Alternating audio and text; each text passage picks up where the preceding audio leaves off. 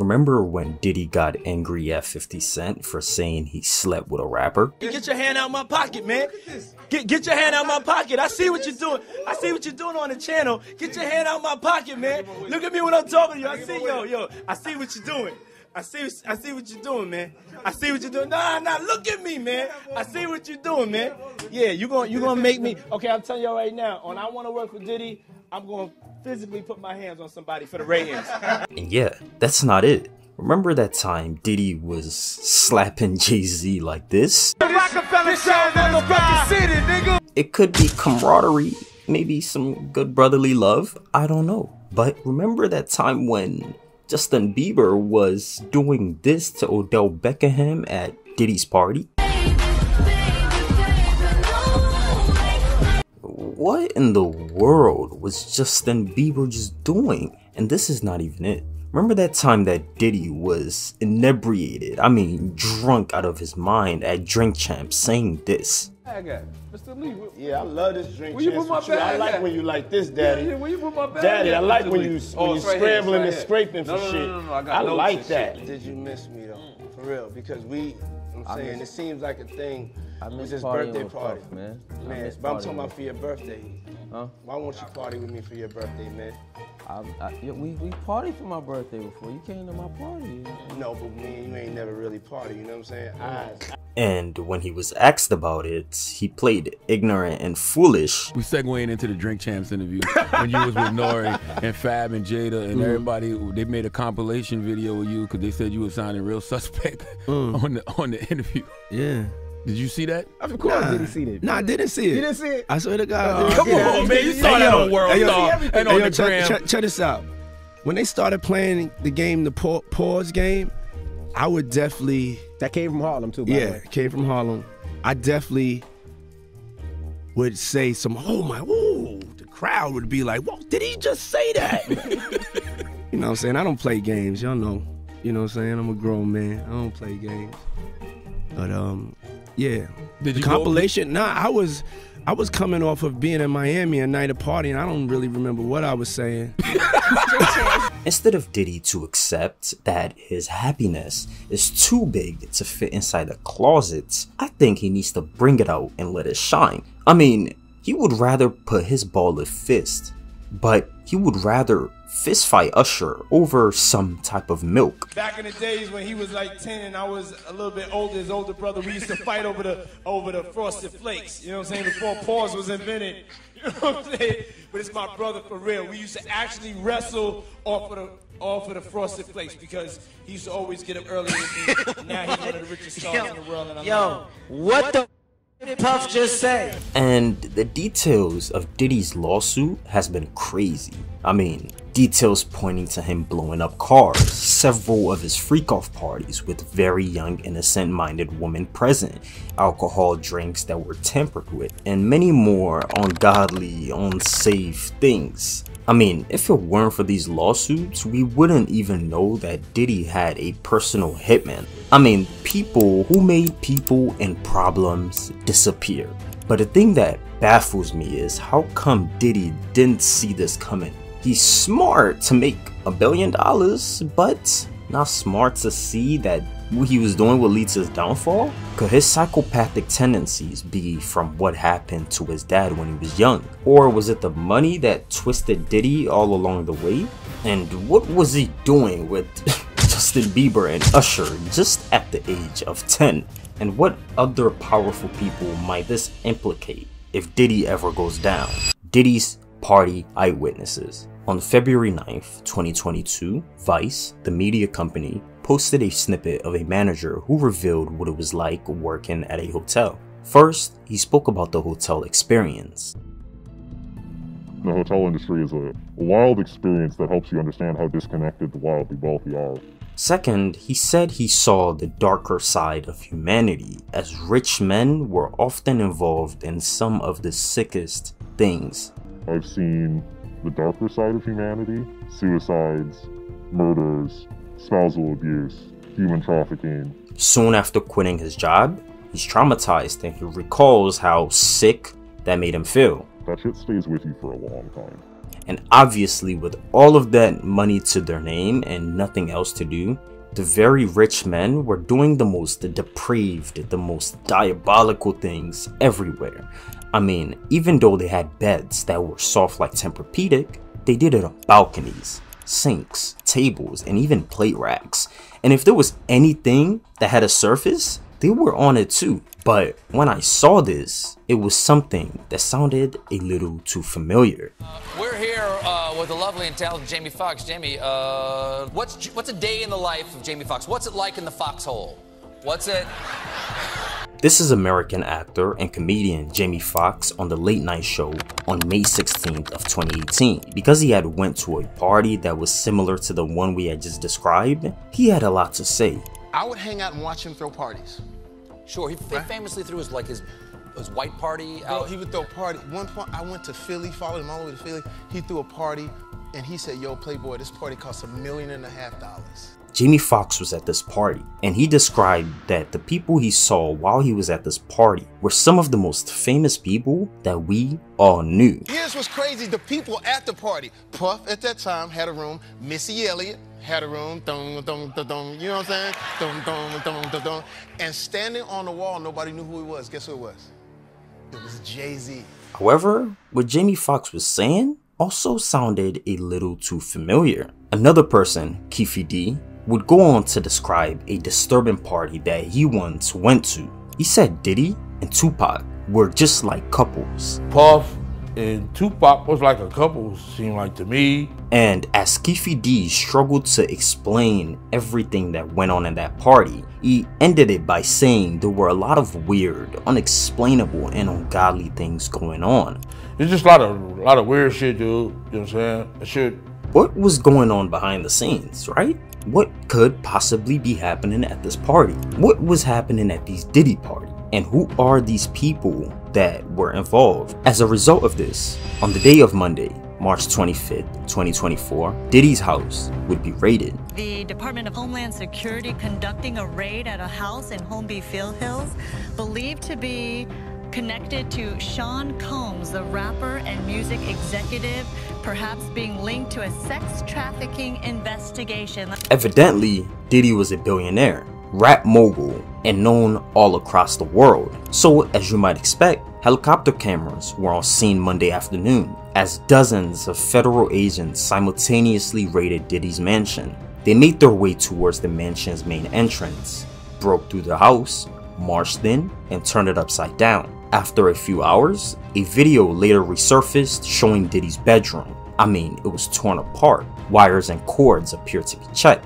Cabinets and safes were left open, drawers were cracked open, boxes filled with gun ammos were broken, and even previously won Grammy awards were left out like mere trash. Outside was paparazzis with cameras, Fox News reporting live, and many FBI agents coasted outside. I mean, Diddy was in some hot shit. And while this appeared to be one hell of a scene, it was. It seemed that they were looking for something. But what was this thing that they were looking for? Before we talk about that, we have to first see what happened after this raid, which was what happened to Diddy's private jet. Diddy's private jet. This is her. Black excellence. All black everything. All black crew. The greatest pilots in the world. Yes, sir. While feds raided Diddy's house, his private jet was flown to an island called Antigua in the Caribbean. Many questioned if Diddy was on board. Some said he was, others said he wasn't. Yet nobody knew. Photos obtained by ABC News capturing Combs' Love Airjet in Antigua. No information about who, if anyone, was on the plane. But this photo was taken. It was of Diddy's private jet, and it was posted and shared all over social media because everybody was wondering, where was Diddy? Many assumed that he was on board, but while you're wanted by the feds, Antigua would be the worst place to go. This is because Antigua has extradition laws with the US against criminals, meaning if you were to commit a crime and you fled to Antigua, maybe thought Antigua was gonna save your ass, Antigua will talk to the US because of the law that they have, extradition laws. They will ship your ass right back to the United States to serve your sentence. This was what happened to El Chapo's son. He was caught in Mexico, but was sent to the US, extradited, just so he can serve his life sentence. This is why I think it wouldn't be smart if Diddy was to flee to Antigua if he wanted to flee. Now, if he fled to a country like, say, China, Indonesia, maybe Iceland, or maybe far in Europe like Belarus or something, you know, those countries with no extradition treaty, I think that would be a much safer option. And it will cause me to believe that Diddy did flee. But I think he's still in the United States. I actually don't think he went anywhere. I think the private jet was actually a distraction tactic to bring attention from him to something else. But it didn't work because look at all of this. We're all here talking about Diddy, right? But with that FBI raid, I can't help but continue to think about what they were looking for. The missing tapes. At this point, I'm sure the stakes were high for Diddy. His house had been raided, and he's probably laying low. He's probably pulling his connections together, trying to get out of this mess. But inside Diddy's party, what was truly going on that deserved this much of a raid, let alone this much of noise on CNN, ABC, and every mainstream media that you can find? Why was Diddy so hot? Apparently, they were looking for some tapes. Previously, on November 20th, 2016, Kanye West went on a 15-minute rant. He was live on stage, in front of thousands of people. It was one heck of a crazy experience. Phones were held up in the sky, and Kanye West was on a floating stage. Yet, with this scenery, the things that were about to come next would be totally unexpected. Kanye began naming names. He said that he was putting his life on the line for this. And at last, Kanye admitted that billionaires had killers. And this story of Kanye matters because when he said billionaires like Jay-Z had killers, nobody believed him. Yet, people were quick to call him crazy, quick to say he had a nervous breakdown. And as a result of that rant, Kanye was put in the hospital. Kanye West is waking up in a Los Angeles hospital where he's now under observation, reportedly for exhaustion and stress. And while we can argue that Kanye went crazy or not, if you look at today, especially the lawsuits and allegations surrounding Diddy, the things that Kanye said weren't too far off, right? Especially with the topic of billionaires and killers. In the parties of Diddy, a thick 75-page lawsuit indictment paper is filed against him, not only Sean Combs, who is Diddy, Justin Dior Combs, who is his son, Ethiopia Habtemariam, former CEO of Motown Records, Lucien Charles Grange, who might not be the CEO of Universal Music Group anymore after this, Christina Karam, the day-to-day manager of Diddy, Charlie's Recording Studios in Los Angeles, California, Love Records, Diddy's own child label with a very odd-looking logo, Motown Records, Universal Music Group, the entire Combs Global Enterprise, which is a portfolio of Diddy's businesses, Anonymous John and Jane Doe's, and lastly, ABC Corporations. These allegations were from a man named Rodney, who was born and raised in Chicago with a musical background, who met Diddy because he was really a skilled producer, producing several songs on Diddy's rhythm and blues album titled The Love Album. Soon after accepting to work for Diddy, Rodney's life changed for the worst. Because the album was such a large project, Rodney lived with Diddy for a year and a month from September 2022 to November 2023, spending holidays, birthdays there, and even missing major family events. Rodney spent several weeks on Diddy's yacht, rented by Diddy. He witnessed, experienced, and lived and, quote, saw many things that went far beyond his role as a producer.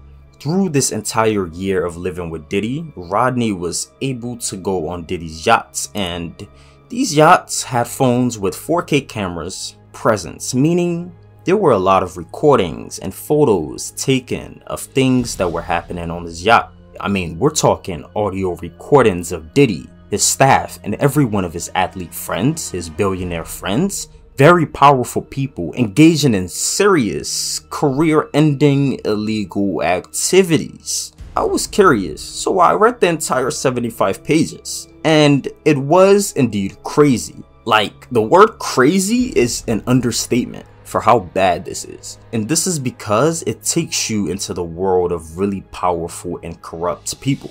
There were tactics of control and dominion used against other people. Things like promising someone a Grammy nomination of Producer of the Year to do really sick things, and then offering them $250,000 to do things that are, let's just say, not safe for YouTube, right? These photos, who are off the streets, whom Diddy required Jones to have his way with at his home in Miami, Florida. With the tattoos, I'm sure someone on the internet has found them. There were album listening parties held in Diddy's home, and multiple young adults that weren't even the age of 18. It's reported that there were at least 5 women in the crowd at these listening parties that were under the age of 16, and Diddy is here seen with one of them. At these parties, bottles of De Leon, Diddy's own liquor brand, were tampered with and contaminated with something called Tusi. It's a party powder, right? And as a result, they felt lightheaded and passed out due to the potency. There were picture proofs of these listening events, like this one. Diddy's ex-bodyguard, Gene, a long time ago, had detailed how Diddy used the spiked drinks such as orange and cranberry juices with these party powders. Especially if they like mixed drinks, you understand? They see the bottles when they open them, and they trying to keep their eyes on because they don't want to get no kind of drugs put in their system. But what they don't understand is in the orange juice and it's in the cranberry juice. The Rodney Jones indictment continues that Diddy groomed Rodney to pass him off to his friends like Cuba Gooding Jr., who is an American actor known in movies such as Men of Honor and Boat Trip. Diddy left Rodney and Cuba alone in a room together on purpose, and this photo shows Gooding with his arm around Mr. Rodney Jones. And because everyone bends at Diddy's will, Mr. Jones recalls Diddy taking no for an answer. When it was reported in 1999 that Shine had shot up a nightclub in New York, Shine was sentenced to 10 years in prison for it. From 1999, he was released in 2010, but turns out he wasn't even the one that shot the gun that night, and Diddy was the one who shot it. Diddy bragged to Rodney multiple times saying he was indeed the one responsible for shooting that nightclub that night. They were at this party on screen when that happened. The indictment shows how corrupt even the police department, people that are supposed to uphold the law and protect the citizens, how corrupt they could be in terms of doing favors for very rich people. Because Diddy made it clear that he not only had power within the music industry, but also with the entire law enforcement. This person is Fahim Muhammad, who's known as Diddy's head of security, or Diddy's personal hitman. Combs usually describes Fahim as the person who has the power to make people and problems disappear. He instructed his staff that if they were ever pulled over by police, to call Mr. Fahim Muhammad, and immediately police would leave them alone. In a situation while Diddy was making his Love album on September 12, 2022 at Chalice Recording Studio, him and his son Justin had gotten into a heated argument with a 30-year-old man named Mr. G. Soon, they'd move the argument from the studio into the bathroom, but thereafter, gunshots would ring out and someone would be shot. After the shooting, a crowd gathered around the restroom, and there it was, Mr. G lying on the restroom floor, shot in the fetal position. Despite being the one who shot, Diddy came up with a plan, instructing everyone to lie to the police, saying he had nothing to do with the shooting, and Mr. G was shot outside by a drive-by assailant. Pictures that I won't be showing show the aftermath of the shooting, where it was blood on the floor. I'm guessing Mr. G survived, but it even says Diddy did hire a cleaning crew to come and clean the studio's bathroom after this happened. Later, because of what happened with Mr. G and Diddy in the studio, Mr. Fahim Muhammad, with his connections to the LAPD, was contacted. He lied to LAPD, strengthening the cover-up, saying that G was indeed shot outside of the studio. Without any investigation, law enforcement believed it. It was even reported that Sir Lucian Grange, the CEO of Universal Music Group, who literally controls many of the music labels and music artists that we listen to, was also involved in Diddy's freak-off activities. It's said that with his huge line of credit, meaning a lot of money to his name, credit card that doesn't run out. He paid for and attended several of Diddy's listening parties in his LA mansion. Rodney recalls that when he comes to Diddy's home, they disappear for hours into Diddy's bedroom. And as said above, underage girls and spiked drinks were always present at these homes. The report compares his day-to-day manager, which they call KK, known as Christina Karam, as the Ghislaine Maxwell of Jeffrey Epstein. Jones also witnessed Diddy distribute firearms from his bedroom closet to individuals dressed in all black. Because of YouTube's guidelines, you know how they are with things like this, and I won't be showing 2C or diving too deep into it, but just know it's a pink substance that was put into these drinks that they were drinking. 2C is the pink powder that Diddy takes that even all his housekeepers are instructed to keep in pouches just for whenever he needs it. Under that, a list of names were listed and the things each staff did were mind-blowing. For example, Stevie J recruited streetwalkers and participated in Diddy's freak-off parties. Justin Combs, Diddy's very own son, engaged in the freak-offs too, knowing about the young woman and spiked drinks. Brendan Paul, who worked as Diddy's weapon mule, transported guns and substances from Mexico and distributed all of them to Diddy. Frankie Santella, who carried the cash around, paid Brandon for these illegal stuff. Moy Buan, who goes around and hires street workers, attended and participated in these freak-offs. And it gets even worse here because Mr. Jones discovered that Diddy had hidden cameras in every corner of his house. And those hidden cameras had several celebrities, music label executives, politicians, and even known athletes participating in some crazy stuff, which I believe is what the FBI were looking for.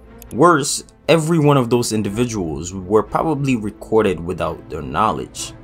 So what Diddy now has is some compromising, career-ending, world-shaking footages if they ever touch the light of day. Do you think they'll touch the light of day? Like, with those videos, do you think they would come out sometime? I don't think so. But because of this, I'm sure many people are shaking in their boots right now, hoping that their tapes aren't released. Because as a result of this lawsuit alone, Meek Mill, whose rap image is based around being tough, he's named in Diddy's lawsuit as a redacted rapper who did things that 50 Cent was saying with Diddy. And remember when 50 Cent said Diddy took him shopping? Now, Fifth, when you continuously call Puff gay, does that affect your relationships in Hollywood? I don't call him gay. I said, Let me read it, Fifth. Oh my God. Sorry I can no longer help you guys. Soon you will all be gay and happy. You are all now left under leadership of Puffy Daddy. Report to the nearest rainbow. Dinner Thieves in theaters January 19th. That's why he says things. He doesn't even know what he's saying is like fruity. You know what I'm saying? Like, he says something fabulous and he goes, but me and you, we ain't party. Like, we need to party. What is he talking about? That's the kind of stuff that when people say that to me, I get a little uncomfortable. I get uncomfortable. Like, he said something to me one time, a long time ago, at Chris Lighty's wedding. He told me he'd take me shopping. I looked at him like, what'd you just say? Let me move, man, before I do something. You gonna make me mess up the wedding. And yeah, that wasn't too far from the truth, because I know Meek Mill's fans are livid right now, because it's been said that Meek Mill and Diddy were engaged in some brotherly love and even sometimes appearing outside in matching clothes like couples. And even though Meek Mill grew up spitting bars, I'm curious to what else he was spitting, because, I mean, since Meek Mill's career fell from these documents alone, imagine who might suffer from the same consequences depending on who shows up in those tapes. I mean, like, this could implicate British royals like Prince Harry, because here he's seen with Diddy. Respected former presidents like Barack Obama, because here he's seen with Diddy. Large company CEOs like Lucian Grange, because he's in the lawsuit. Athletes like LeBron James, because there's a video of LeBron floating around right now that's him dancing with Diddy or in the same room with Diddy.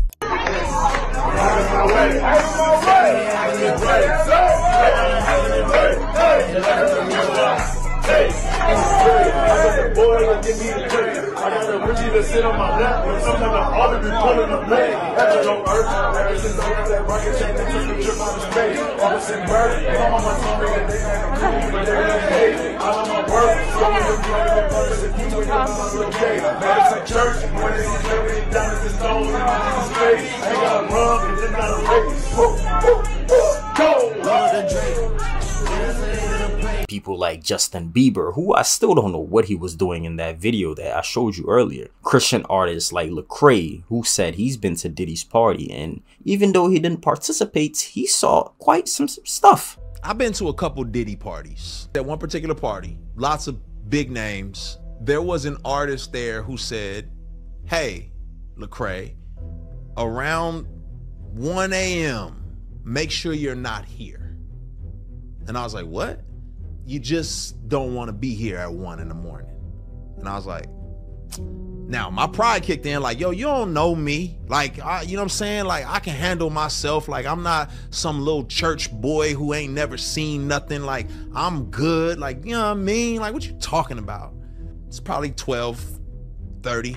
I'm downstairs. And on my way upstairs, there's like this couch. And on the couch, I saw a couple of guys really going at it hard and heavy.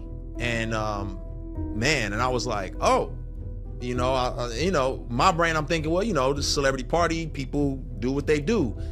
As I started moving upstairs, I passed them up and I noticed that it wasn't just those two guys, it was more and more people just going at it. Respected people like Jay-Z, Usher, who even shows up in the lawsuit as a redacted R&B singer. So it's like, what would happen to all of these people if the world found out about their tapes, right? And remember when Diddy said this? Sit on the bed at night, no homo, no, just don't get close to the bed.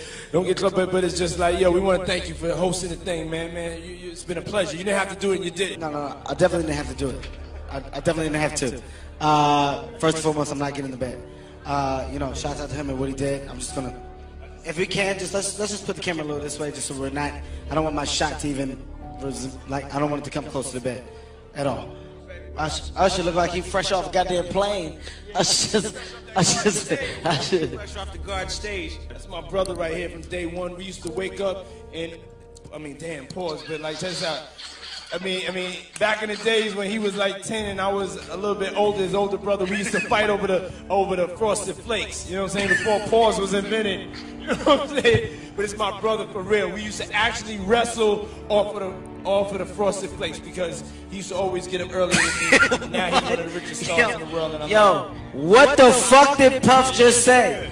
Nobody's gonna acknowledge this but me. Puff just said we used to wrestle over the Frosted Flakes.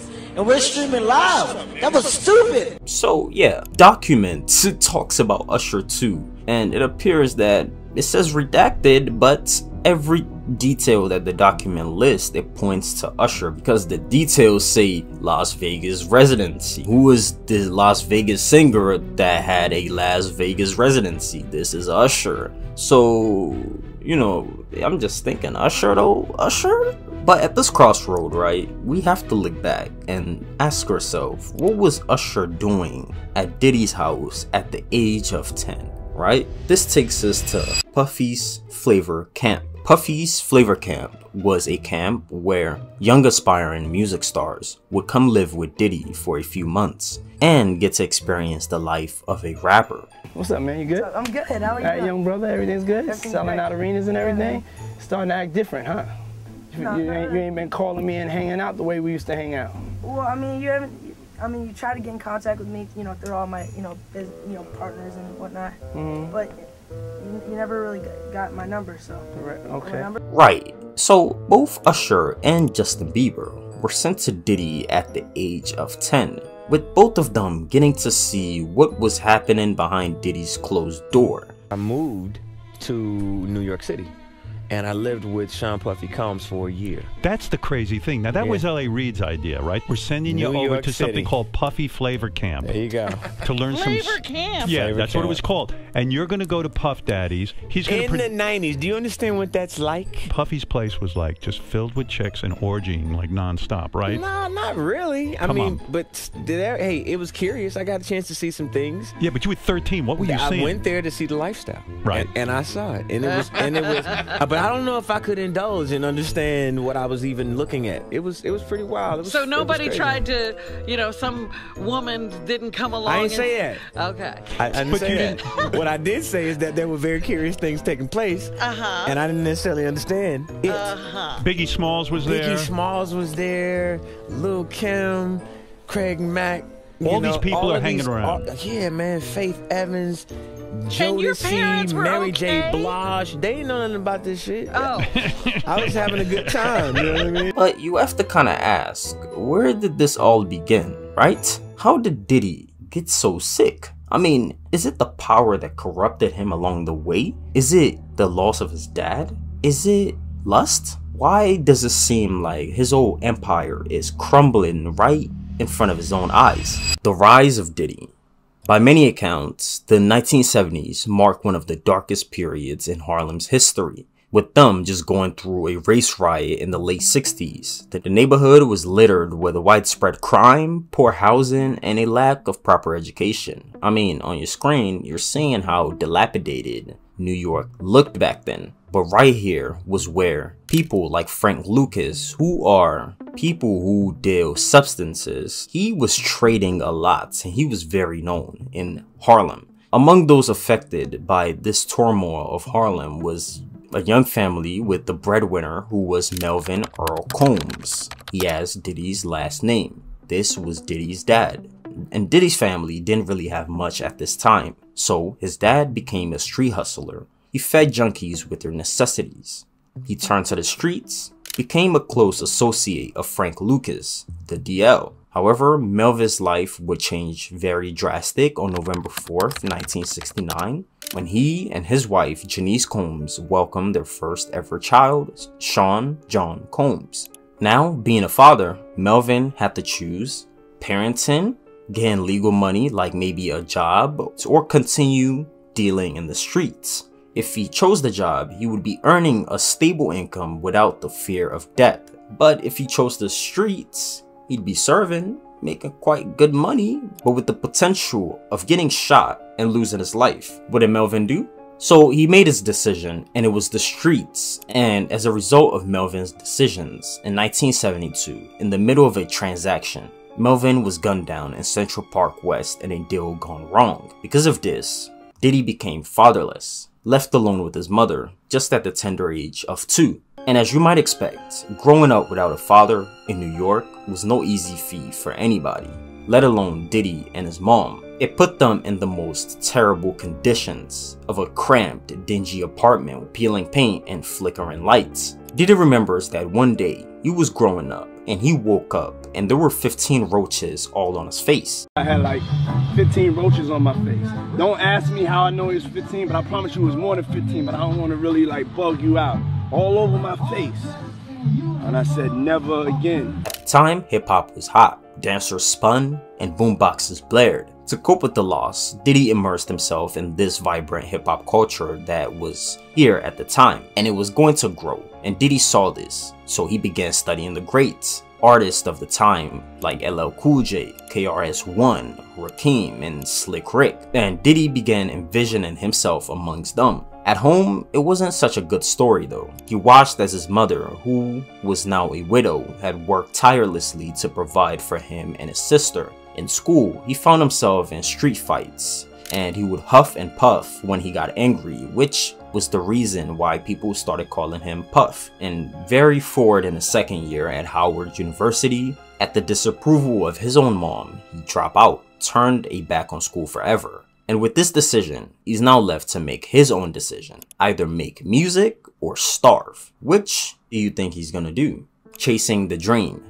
Diddy had worked his way up at this point, and he's now an intern at Uptown Records. Sean, known as Diddy, Sean Puffy Combs, Diddy at the time began his path to greatness, but at this time he didn't even know he was gonna be as big as he is today. Under the guidance of Andre Harrell, he helped mold the sound of a generation. He was an A&R, discovering talents like Jodeci and Mary J. Blige. But tell me a little bit about Big Bear and why do you like working with him? Because, you know, he's not intimidated by youth, you know what I'm saying? He knows what's important to leaving a legacy behind. Is we need more adults out there that's gonna teach the young, such as myself, and, you know, basically leave a legacy behind, at least something behind, you know, and Andre, I'll let him remember about it. If you didn't know, the Andre Harrell over here in the middle, and people been talking about that, I've been reading about it in the New York Times, and I'm sure there's a lot of people out here that hadn't heard of him before, but they saw that article in the Times and said, okay, wow, young man's doing something. But, you know, this guy was asking what's my age. He want to know what everybody's doing, how old they are. Andre, what's happening? Tell me about the new ventures that are going on in NBA. But what we did, we just made a vertically integrated deal, which means that we do film, television, and records. And what we are able to do now is take our record size and cross them into television and film, like a heavy D. He had a reputation for throwing legendary parties at the time, attracting athletes, musicians, and New York's finest. He was living the dream and he seemed destined for stardom. But what he didn't realize was that success bred envy, and after becoming an A&R executive just at Uptown, Diddy's world came crashing down when he was fired by Andre Harrell in 1993. Now, nobody knows why Andre fired Diddy. It's just been said that it was envy, so we're gonna call it that. Betrayed by the man that he once called his mentor, he learned his first lesson in the music industry. Loyalty was scarce and trust was easily broken. Now, Diddy, jobless, could either choose to work another job or change his entire life by chasing his own music and creating his own path. And that's what he did. He created his own path and he became a shrewd businessman, ready to do whatever it takes to achieve his goals. Though the music industry chewed him, spat him out, he gave them artists, they gave him a 30-day notice, he was determined to rise stronger than ever before. So he quickly began making moves. He surrounded himself with a team of hustlers who shared his own vision and hungers for success. Together, they laid the foundation for what would become Bad Boy Records. Puffy, Fat Bob, Freddy's here. Yeah. What up, Bob? What goes on, man? Everything is all good in the hood? Yeah, it's the headquarters right here, kid. Yeah. Bad Boy Entertainment. I named it a Bad Boy because I wanted to go against the grain. Anytime you go against the grain, they consider you like kind of bad. Nothing negative, nothing like hardcore. Just, I didn't want to be regular. I didn't want to just make records. I didn't want to just make money. I wanted to make history and making music that's timeless. Music that's gonna be around when I'm not here, when my kids ain't here. Things that, you know, really affect way of life. Under the Bad Boy banner, legends were born. The Notorious B.I.G., Craig Mack, Faith Evans, each one a testament to Diddy's eyes for talent. Bad Boy first releases Flavor in Your Ear by Craig Mack and Ready to Die by Biggie Smalls. And at this time, this was the time of CDs, meaning they were literally selling physical copies. Streams weren't available, right? Spotify wasn't a thing. So, in these songs that I just said they made, they went platinum, meaning they cashed in millions of dollars. So because these songs, I looked up how much a CD was, and it was 99 cents to $3 per CD. And these songs, they went platinum, like I said, meaning they sold 1 million times. And those platinum albums, those platinum singles and chart-topping hits just solidified who Diddy was in the music industry. Yo, MTV Raps, and we up in the house that these bad boys built, you know what I'm saying? Puffy and crew. So Puffy. Yo, this is my crew than me. This is family. Artists always first, baby. Puffy, take it away. Check it out. It's my man, the Notorious B.I.G. What's the deal? What's going on? It's my man, Craig Mack. It's my foundation, you know what I'm saying? It's my life right here. We all need each other to live and breathe, and that's the way we treat each other.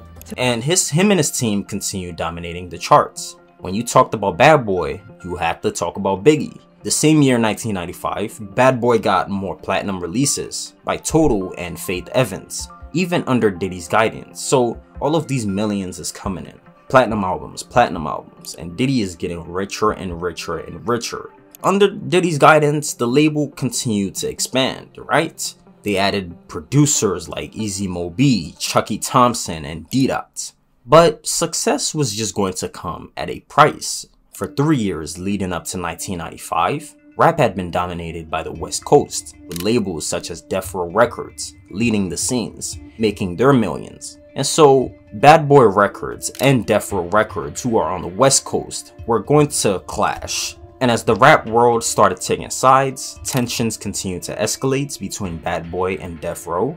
Suge Knight, who was the CEO of Death Row, and Diddy, who was the CEO of Bad Boy, they wouldn't get along. Suge held Diddy responsible, and at this time, a lot of shady things we can say have already started to happen. People are dying already because millions are involved and these are street guys. So Suge, he held Diddy responsible for the shooting of his friend, Jake Robles. I'm guessing Jake Robles was probably somebody who's going to do something for Suge that would make him come on top of Diddy. And since they're competing, Diddy doesn't want this to happen. So Diddy probably takes out Jake Robles, and Jake was gonna help Suge advance his career.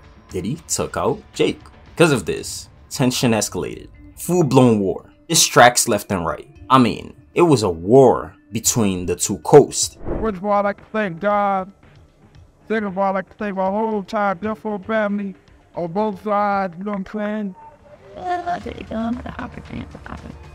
like to tell Tupac keep his guards up, we ride with him. You have to be bold. And one other thing I'd like to say, any artists out there who want to be an artist and want to stay a star, don't have to worry about the executive producer trying to be all in the video, all on the record. They ask you, come to Death Row. I'm going to talk to him.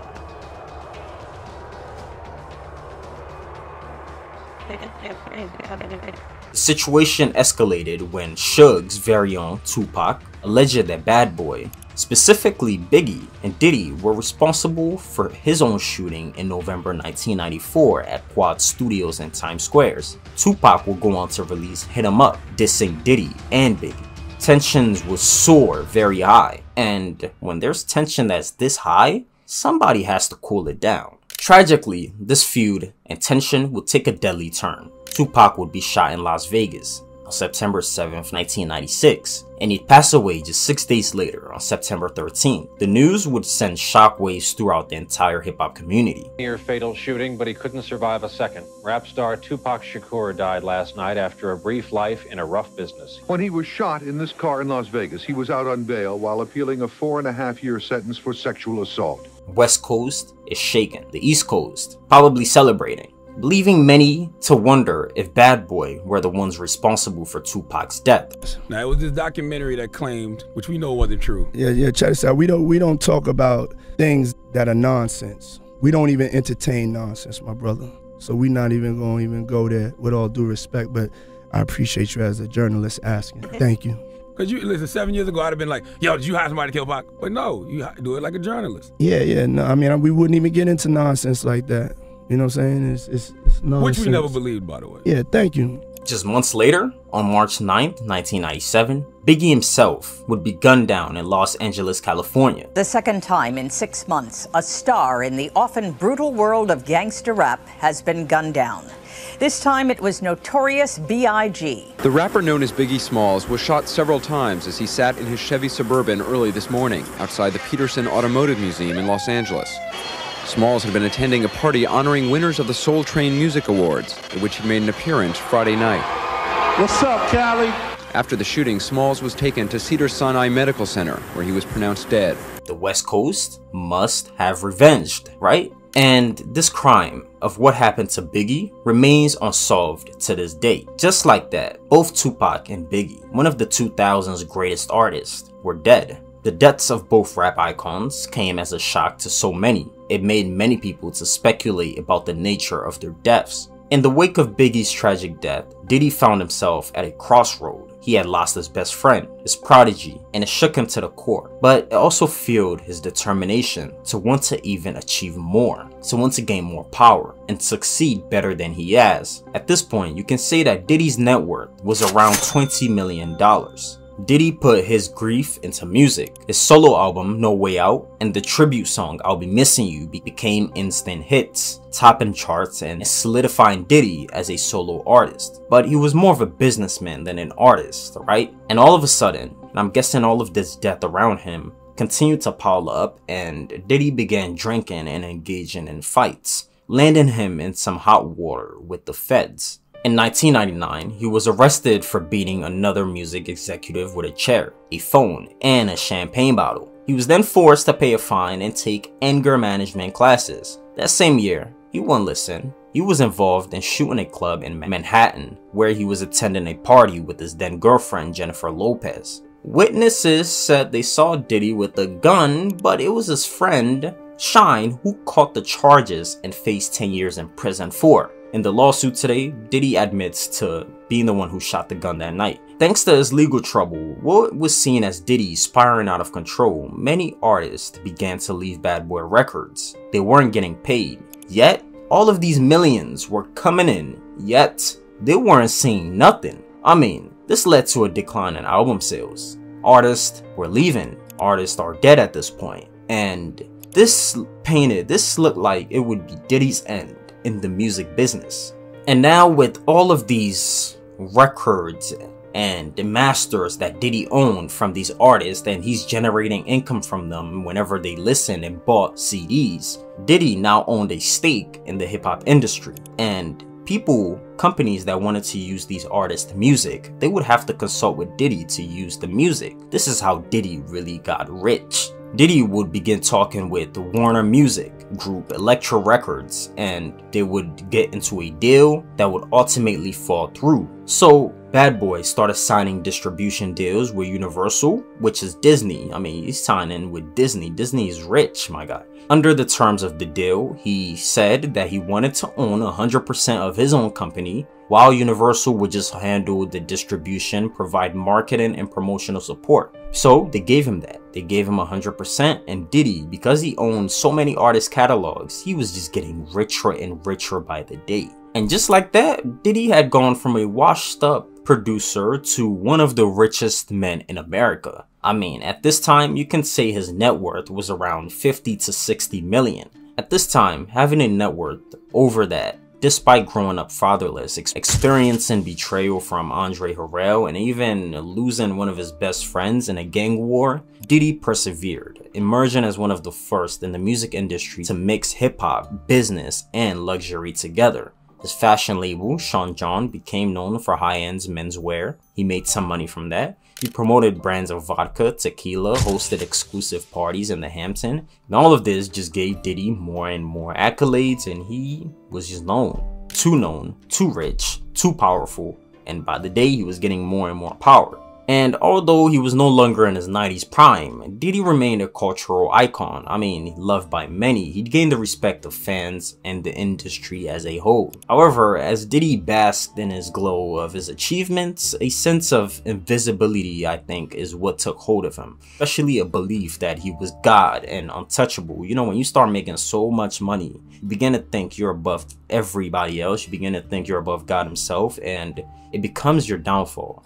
And little did he know that that pattern of thinking was about to be his downfall. And we have to ask, right? What would Diddy do once he does get caught?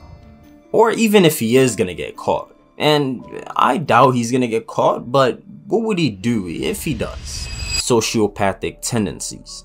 People like Reggie Wright has made their predictions on what Diddy would do if he gets caught. But he need to build a spot over there in Bali for his boy Puffy. Puffy I warn Keefy D to take his ass over there. There's no extradition laws over there. So I'm warning you now, Puffy. Take your ass over there. Reggie prediction. I know Puffy is smart enough, and he probably done already cleaned his houses. But sexual predators, what do they do? And we'd be like, damn, why? They treat their sex tapes like, yeah, remember that song, Me and My Girlfriend, that Pac did? What he was talking about? What was Pac talking about, y'all? And that, do y'all really know what he was talking about? For those of y'all know what he's talking about, he was talking about a gun, but sexual predators is what hold on to their tapes. And cops know that. So I wouldn't be surprised if some storages or some of Puffy properties be getting raided real soon, because they need to get to those tapes. They get one of those tapes with him with those little people that's been making the accusations. Woo, man. Done. But Puffy the type, he'll blow his brains out, guarantee y'all.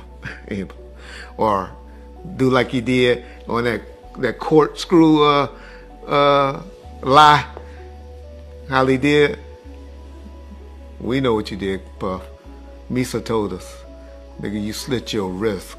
He gonna do something stupid like that. I know Diddy is wild, but is he wild enough to do that? You know, part of me believes he will work his magic. I mean, he knows politicians, right? These are people that can get him out of tough situations like this because of ties, this close ties that they all have together. Do something for me, I do something for you. And that's a video I plan to make. You know, politicians, they sometimes use rap to get into positions of power.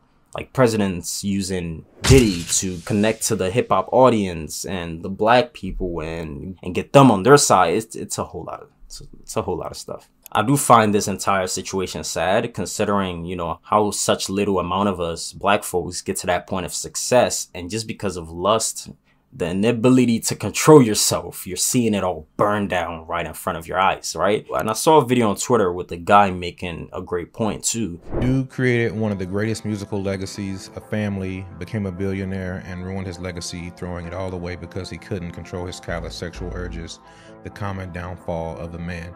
Of course, we don't know for sure if Diddy's guilty or not, so because it hasn't gotten to court, but there's a bigger picture and a lesson here for black boys and men. It is commonly a downfall for men, even before they become men. And I do think it's necessary to have this conversation because oftentimes black boys aren't taught anything as it relates to their sex life or when those hormones and urges start. If anything, we may be taught use a condom if you do, or don't bring no kids home. So there's not really a framework for what to do with your sex drive. And because of that, and because of a culture that kind of encourages and says that manhood is wild, reckless sex, racking up your numbers, getting as many as possible, this can turn to a much larger issue where there isn't any type of restraint or management as it relates to sexual urges, and it can turn into the situation that we see being asserted with Diddy and in other situations, because the sole focus is getting what you want out of the situation sexually without regard for risk to yourself, others, people's emotions, people's mental state, finances. We know that many men will put themselves in compromising positions due to the potential of being able to have sex in a particular situation. We go against all better judgment just because there's potential for sex, and that's something that needs to be managed rather than encouraged. But we're in a culture where for the average straight man, it's encouraged, go after it if you want it. And while there is this idea of shooting your shot and having some courage and being able to accept rejection, this does go too far for some people, and they end up in situations like this. So we want to encourage a culture of sexual discipline rather than a more hedonistic view that says life is about any pleasure that I want, forsaking all others. And granted, Diddy did have an entire blackmail operation going, but if he had better framework and guidance as a young man, possibly maybe early in his life, I don't think his life would have spiraled out of control like this, right? I also do believe Diddy is somewhat of a psychopath, and if he wasn't a psychopath as he is, I don't think he would have made it this far. We seem to reward psychopaths with such god complexes that it becomes such a thing to either ponder, maybe laugh, or even cry at. I mean, articles will even tell you that being psychopathic is a positive character trait. Okay, and the way everything is all set up is like capitalism and all of that sociopathic tendencies is what seems to win, right? By default, you know. And even though life is tough and there are a ton of things to learn, And this one thing has been one heck of a learning experience for me, you know. And another part of me thinks that if half of those 25 plus serious allegations sticks, you can expect Diddy to be going away for life.